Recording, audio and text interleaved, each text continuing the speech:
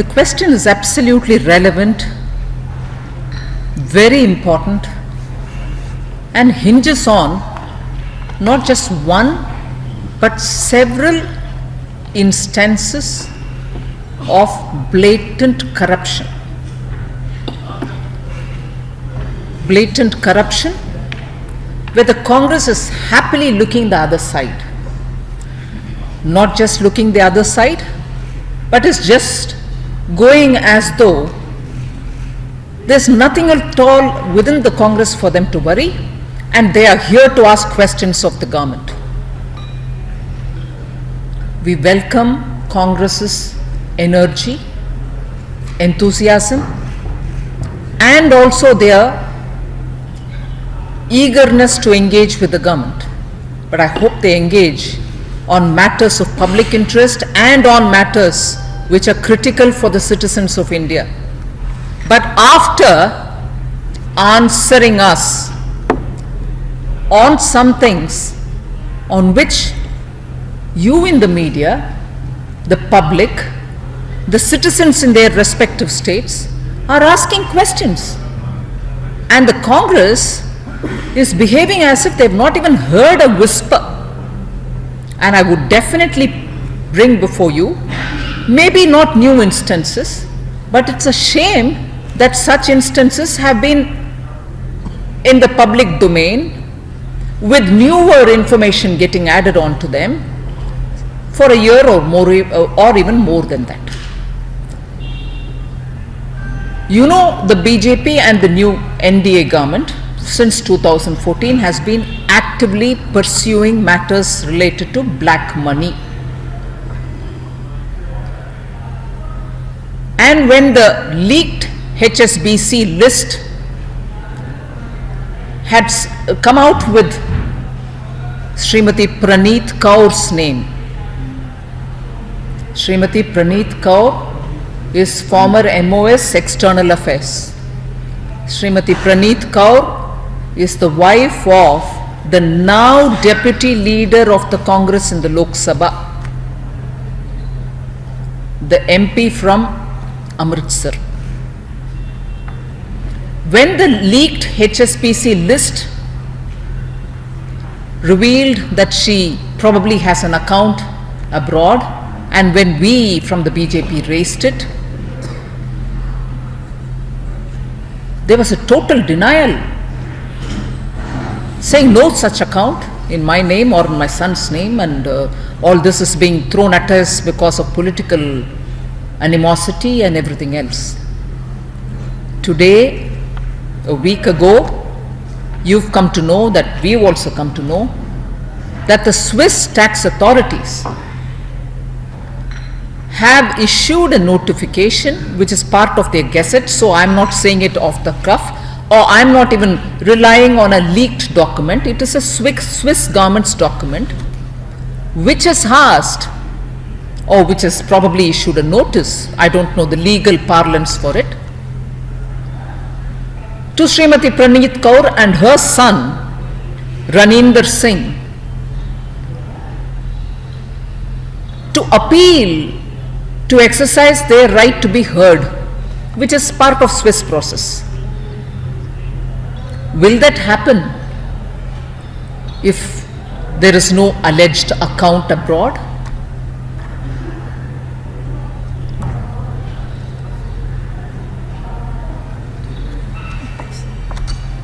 Now, therefore, the so-called allegation based on that leaked HSBC document is getting reinforced with not a leaked document but by the notification of the Swiss authorities. So, is the Congress party seized of this matter? Is the Congress party looking at it from the point of view of black money? I remember, even before the NDA government was formed, every member of parliament of BJP was asked, and I remember Sri Advani ji had very clearly stated this, and all the BJP MPs obeyed it, that they would declare that they do not have an account abroad. And when BJP did this and therefore was able to even speak firmly on the matters of black money. The Congress said, aha, this is natakbaji. And even after that, when this NDA government is formed and we are taking every step, and you'll remember the first decision taken by the first cabinet post the formation of the government was on black money related matters. SIT was formed. Documents have been submitted to the SIT. So we are firmly on the track of getting black money from abroad back to this country and also detecting black money within the country. But the Congress party, with one of their former minister and the wife of the current deputy leader in the Lok Sabha, with an official document of the US also, Switzerland also, now indicating that she may have had an account abroad, looks the other way. But comes to the parliament to say, what action have you taken on black money? You're not sincere on black money? How hollow can these words sound? And this is black money plus corruption related. After all, these are non-taxed monies which are going. Take the next instance. Congress is now with a flourish of a list on this. Take the next, the Kerala Chief Minister. And please recall that just only probably 10-15 days ago, Kerala's Finance Minister had to resign on what was called a bar bribery case. And that was after a long drawn, no, he should resign, no, he will not resign, no, he should resign. That happened for a very long time. Then he resigned. Today, that solar scam, which has been on since 2013, and today when there is a single judge commission looking into it, Justice Sivarajan Commission, the prime accused deposes before the commission to say that he has visual evidence also to prove that 5.1 crores were given to the Chief Minister of the total 5.5 crores. And the rest of the little money was given to the others. And the others probably included people in his office. And when the allegation came to the fore and BJP and other parties accused, because one of his personal security guards, Mr. Raj, Salim Raj, if I remember the right name, had come out to say, yes, money was exchanged, and because he said it, there was a lot of, exchanges, and then Salim Raj was thrown out of his job. Not only that, many others who were part of the CM's office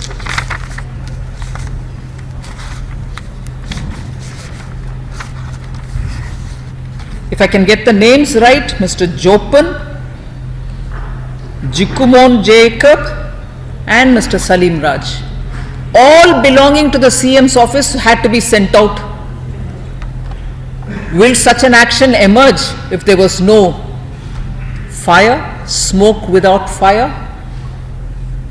But today, all those, and together with what the prime accused has said before the single judge, has only reinforced the allegation. It is not an allegation thrown by the opposition. All those who were part of the CM's office themselves, little by little exposed it, and today the prime accused says, after the arrest of the other prime accused, Sarita Nair, the lady Sarita Nair, this visual evidence was even shown to the Chief Minister. But there is a pretense that nothing has happened. 5.1 crores, this prime accused says, I've got visual evidence, I can show it, and I have also given this money. Isn't that what Salim Raj said earlier? So allegation again getting reinforced. It's not just BJP throwing it, allegation getting reinforced in a state where the other prime accused, the lady, apparently says not just monetary favors, but I'm sorry to say this in front of all of you all, sexual favors were extended. And the allegation doesn't stop at the doorstep of the chief minister, but there are other cabinet colleagues also who are part of this, so-called beneficiaries of this allegation, of this bribery and other scandal. Even worse, the prime accused says, I was promised 70 acres in Palakkad industrial estate. Palakkad, which is one of the very important municipalities in Kerala. The prime accused says, not just this cash was given, I was promised in return 70 acres of land in Palakkad industrial estate, and if he had given that and if my industry was to be set up there, I would have given him in return 40% in the profit. 5.1 crores. In return you get 70 acres of land, and after that you set up your industry. When it makes profit, you give 40%. A full monetary network, money trail and everything else, very well tied up. And since 2013 this is happening, and the single judge commission, apparently, I do not have the records in my hand, apparently is widening the scope of its inquiry. Now Congress party remains as though nothing is happening wrongly. Is the Congress party seized of the matter that in a state only when a few weeks ago the finance minister had to resign on corruption charges, here is the chief minister himself being charged, and the commission of inquiry has the prime accused talking about monetary and sexual favors, not just to the chief minister but also to the other cabinet colleagues. Congress party, wake up, answer. No corruption, no corruption charges, no black money charges, and Congress party behaves as if they have to come to the parliament to accuse this government, which is given corruption-free governance for the last 1.5 years and is sincerely following issues on black money. And to that government you come and question on things which don't even reflect the malgovernance within the Congress, don't even talk about the corruption within the Congress. All right. Now this is not all. Move to the other interesting development, again related to the Congress but in a different state. I am sorry to be so elaborate, but the kahani is so elaborate. Income Tax and Enforcement Directorate raids into companies where P Chidambaram is associated. Why should it be important? It is important because it's part of a larger 2G inquiry. 2G inquiry in which Aircel Maxis is also part of the inquiry, and money transfers into companies in which P Chidambaram has an interest has happened only few days before Aircel Maxis would bid, and the change of ownership and other changes in Aircel Maxis were all allowed, permitted by the then finance minister, who happens to be Karti's father, P Chidambaram. So I am just giving you a very simplistic link between one and the other, but that is exactly what the ED and Income Tax Department are inquiring into. On a single day, I won't get into more of these details because these are things in which investigation is going on. The allegation is, just for us to understand the enormity of this whole issue, on a single day, the JD Group gave 8.64 crores loan, interest-free loan, to Vasan Eye Clinic, in which Karti Chidambaram has an interest, through a different company which held it. I mean, all these are, convoluted operations, but that's exactly the matter. And on that same day, when check was given, interest-free loan through check for 8.64 crores was given, 40 crore was given in cash. If you're talking about black money in this country, within the country, these are the ways in which black money reaches the powerful and the influential. 40 crores in cash on that very day, when check is also given for 8 point some crores as interest-free loan. And all this happens few days before the change of user, and also bidding for the 2G and other things happened. The last for establishing my arguments today is about Sri Veerbhadra Singh.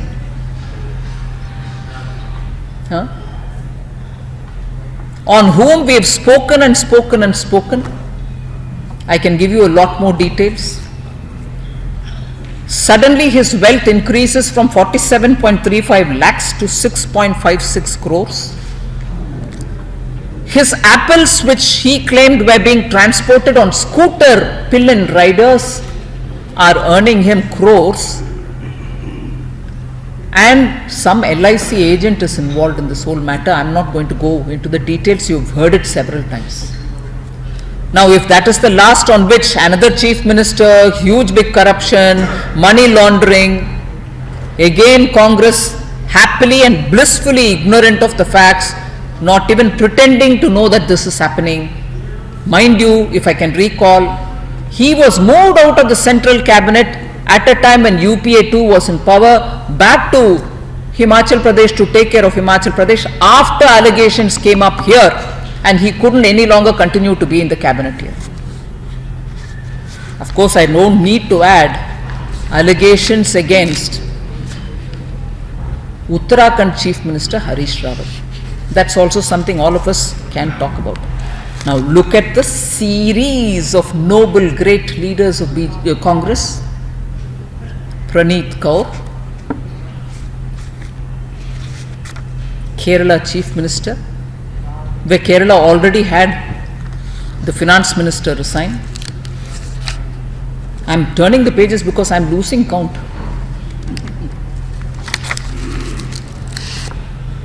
Karti Chidambaram, Veerbhadra Singh, Harish Rawat, and a few more cabinet colleagues in Kerala. Of course, before all this, the smaller allegation that one minister's wife was caught red-handed in Karnataka taking bribe. That's become so, small thing. All this from the Congress table, friends. Does the Congress party even have any mechanism to check corruption within the party? And they are people holding constitutional positions. And when they talk about corruption, and when they come into the parliament to question the BJP-led NDA, I just would want to ask of them, what is the answer they want to give for all these allegations? They are no longer just allegations, they are serious. Institutions are involved. Governments are involved. Commissions are getting substantial concrete evidences before them. What is the action that you're taking? And before that, you have the Congress coming and speaking in such voice as though they have nothing to worry about. I would demand that the Congress take action on each one of these cases. In fact, in Kerala, the Kerala unit of BJP has already demanded the resignation of the Chief Minister in Kerala. We had already earlier demanded the resignation of Sri Veerbhadra Singh. After, in tape, Harish Rawatji's PS was caught on camera, we had asked as to what moral authority he would have to continue in his position. Praneeth Kaur is, of course, no longer the minister, and she's not even an MP, but however, she's former MOS and the wife of the current deputy leader in Lok Sabha. So the Congress party has a list of important leaders on whom such serious charges have come. We would demand that the Congress answer these questions that we've raised, take action and remove these alleged leaders from their positions. Thank you. Thank you. Why, are you asking in the light of the allegations that we put? This has been on from 2013. Well, allegations are something on which the Congress party has to take action. And strictly speaking, GST is something which is their bill. GST is for the national interest. If, and I don't think you're suggesting that, if these are becoming an issue because of which the Congress, and I wouldn't imagine that, I don't want to imagine that, and because of that the Congress party wouldn't want to support the GST, it would be a sad day. But I'm sure the party is matured. It's an old party, it's very, has seen power, has been out of power. They should be able to handle these allegations with maturity. In fact, they should take it as an opportunity to cleanse the Congress party and come out better.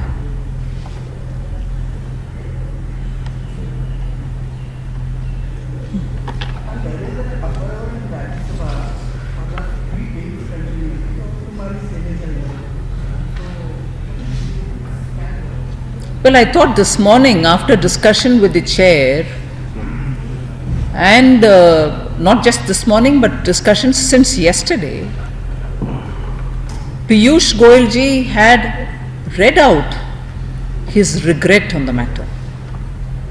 And that was after discussions yesterday and this morning. Strictly speaking, because it is a development post the discussions with the chair this morning and with the deputy chair yesterday, I would expect the matter should be solved.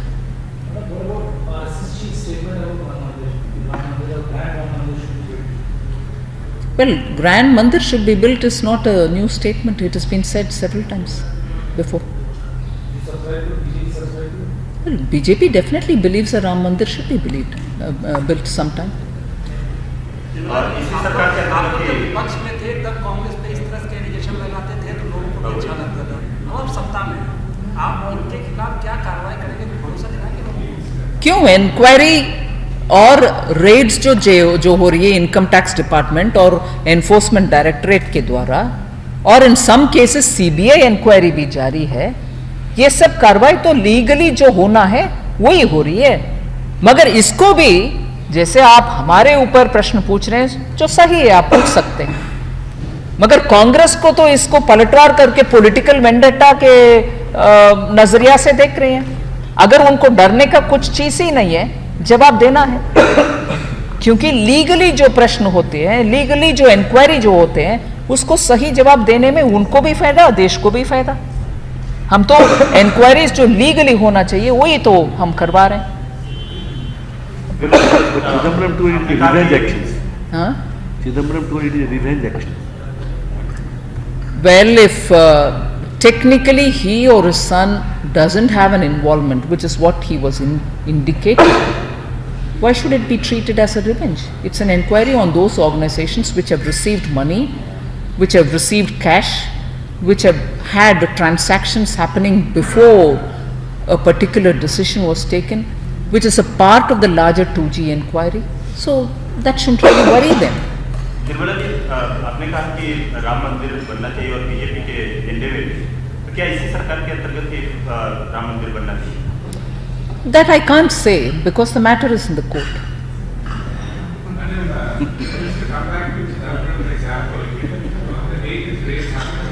Sorry, I'm not able to. Huh.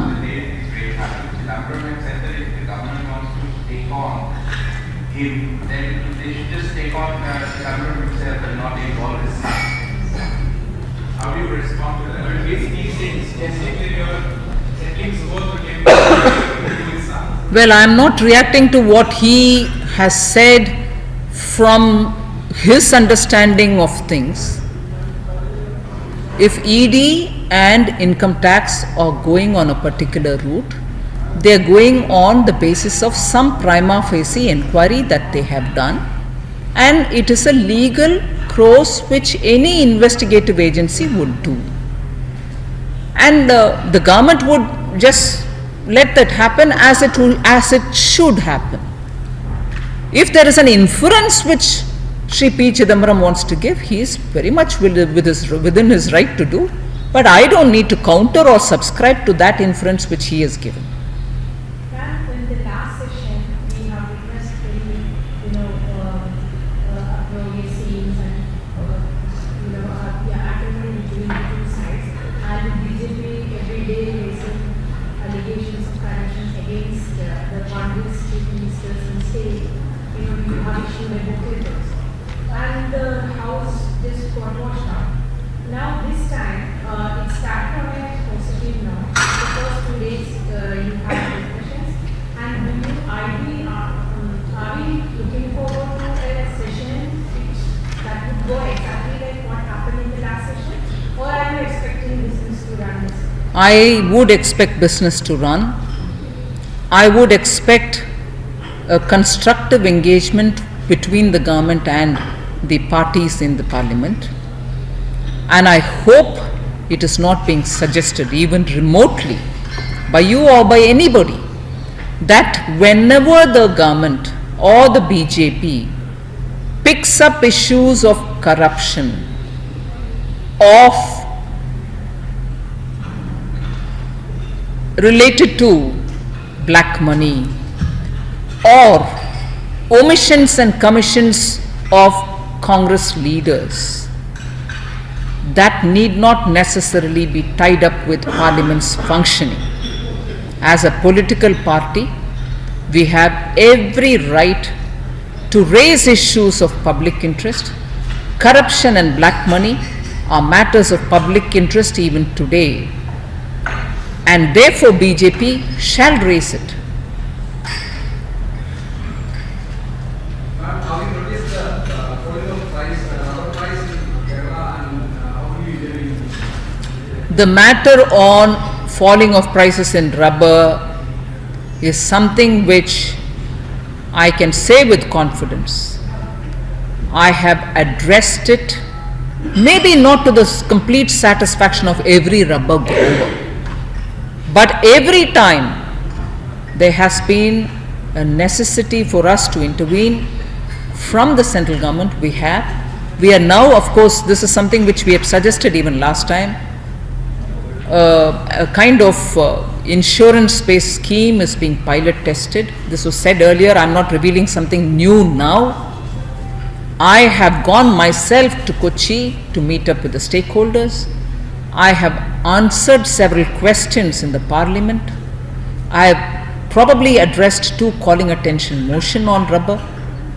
And on rubber, with the stakeholders, I have had engagement more than 3-4 times within the last 18 months. The international price of rubber is crashing. Now, if Indian tire industry imports today, because it's an open import-export regimen, if they import because rubber outside is cheap, and also because there's not enough rubber produced in this country to meet all the demand. And a third point, of course, is the rubber that is required for the tire industry is slightly inferior compared to the good quality rubber which is being produced by Indian rubber growers. With all this said, there is a need for us to do something for the small rubber growers of India, and the ministry, both the rubber board and the ministry, are working also together with the Kerala government whenever there is an issue. And newer areas such as Tripura and other places, according to the 11th plan, we are giving incentive for growing rubber so that we have greater rubber output in this country. Kerala is seeking central assistance for the price stabilization fund. That's right. They have given that request and we have looked into it. We are working on it. In the meanwhile, I also understand the Kerala government had come up with some kind of a price support of certain amount, whether that is reaching the rubber growers or not, because I had a delegation only 2 days ago which said maybe that is not yet reaching the rubber growers.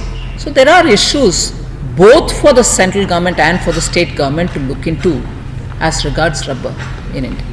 Ma'am, pulses importers, I suppose, at a meeting in the ministry. That's right. Is there anything for us? Well, today in the Commerce Ministry at officials level, there was a review of the situation of pulses in the country. This was actually something which the Consumer Affairs Ministry together with Commerce was to do, and Consumer Affairs Ministry has also participated in this, which the Commerce Ministry has initiated. If you don't mind, I'll just sort of give you a slight bit background.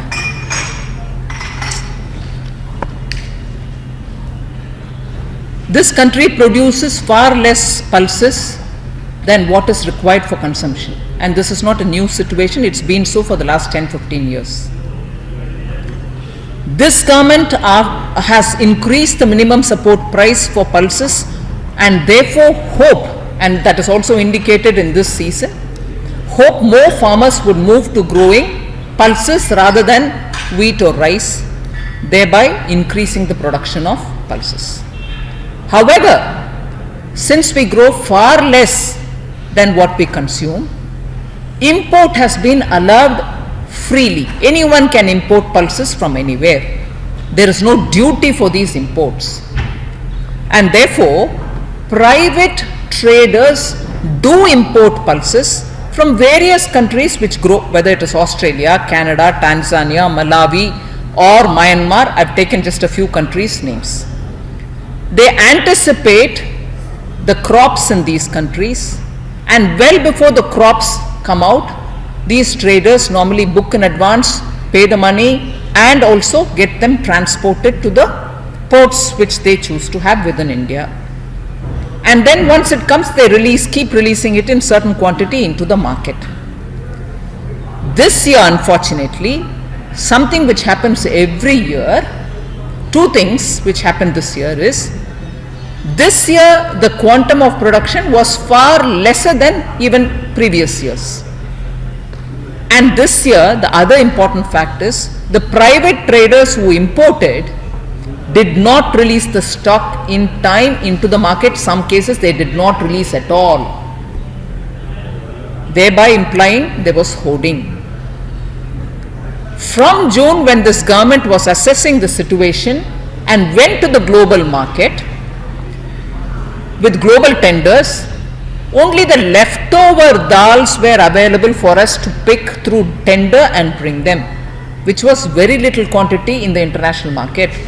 So as it is, because we are going in the last minute, because the stocks were less, because they were already bought in large quantities through the private traders, what leftover was there was being charged at a very high price. Many of the, I'll just finish it. Many of the traders who bid for the tenders when we went to global tender it, even withdrew, saying we are unable to procure. Some of them lost money in the process. I'm trying to give you a picture where, when the government went, the stocks were, readily available stocks were limited in number, but still we imported. But the sad part is, even after import, nearly 5,000 plus 2,000 plus 2,000, I think nearly 9,000 metric tons when it reached. In fact, we totally imported even more, but 9,000 when we reached Navsheva, state governments were not willing to lift it from there. Only Tamil Nadu and Andhra Pradesh had paid up money and said, we want the dal. They took it and then they distributed it. Many states did not even take it from us. Then we looked into the situation, spent the public money, meaning central government's money, to have it cleaned, washed, readied for ready use, transportation cost also given, and then said, please states, take it. At least it's come. And we brought it to Safal and Mother Dairies in Delhi and had it distributed. But even then, states did not pick it up. I understand in some states They don't even have an institutional mechanism through which they can distribute it. Even now, those imported dals are lying. So, the meeting today, coming to that question, is to well in advance review with the private traders. They are also coming for the meeting today. To review what they are likely to import, what is the global availability of pulses, what kind of demand would prevail in India. Over and above that, how much should be import if necessary. So it's a review, advanced review meeting which is going on today. Sorry, I had to elaborate it because it's important to get. Which are the states? Huh? Which are the states who are not picking? Which are the states which are not picking? I've told you Tamil Nadu and Andhra were the only ones who picked.